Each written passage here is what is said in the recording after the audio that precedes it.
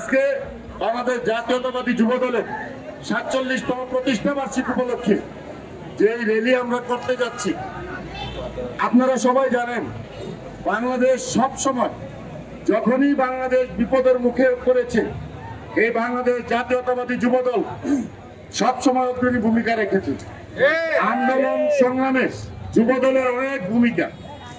বাংলাদেশের সাবেক স্বৈরাচারিণী প্রধানমন্ত্রী শেখ হাসিনার এই পতনের পিছনে যুবদলের অনেক ভূমিকা রয়েছে।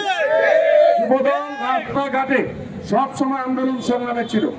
এই সিদ্ধিরগঞ্জে যুবদলের নেতৃত্ব দিয়েছিল আজকে যারা এখানে যুবদলের র্যালি করতেছে এই নেতৃবৃন্দই, তার মধ্যে শহীদুল ইসলাম, মাহবুব হোসেন, শাহজালাল কালু সহ এখানে যারা উপস্থিত হয়েছে সবাই এই আন্দোলন সংগ্রামে ছিল।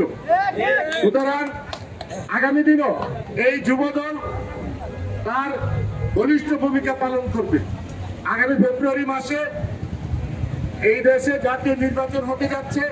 সেই নির্বাচনে আমরা ইনশাল্লাহ এই যুবদলকে বলিষ্ঠ ভূমিকা রাখতে বলবো। ছাত্রদল যেভাবে দাবানলের মতো চলে, আমরা আন্দোলন সংগ্রামে ঠিক সেইভাবে যুবদল দাবানলের মতো ভূমিকা রেখেছি। আমাদেরকে আন্দোলন শিখাতে হবে না। আমরা পুলিশ লীগ, আওয়ামী লীগ সহ বিভিন্ন আওয়ামী লীগের সন্ত্রাসী বাহিনীর বিরুদ্ধে আন্দোলন সংগ্রাম করেছি। এই অবস্থায় এসে ছোট্ট কিছু দুধের বাচ্চা আর এক মুনাফেকের দল, সেটা হচ্ছে এই জামাত, ইসলামটাকে তারা ব্যবহার করেছে।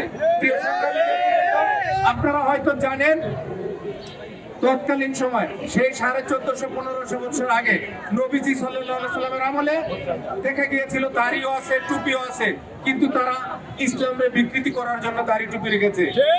বর্তমানে সেই জামাত ইসলামকে বিকৃতি করার জন্য, গণতন্ত্রকে বিকৃতি করার জন্য, মানুষের অধিকার নষ্ট করার জন্য তারা দাড়ি টুপি রেখে ভোট চাচ্ছে। কি বলে? জান্নাত দিয়ে দেবে তারা।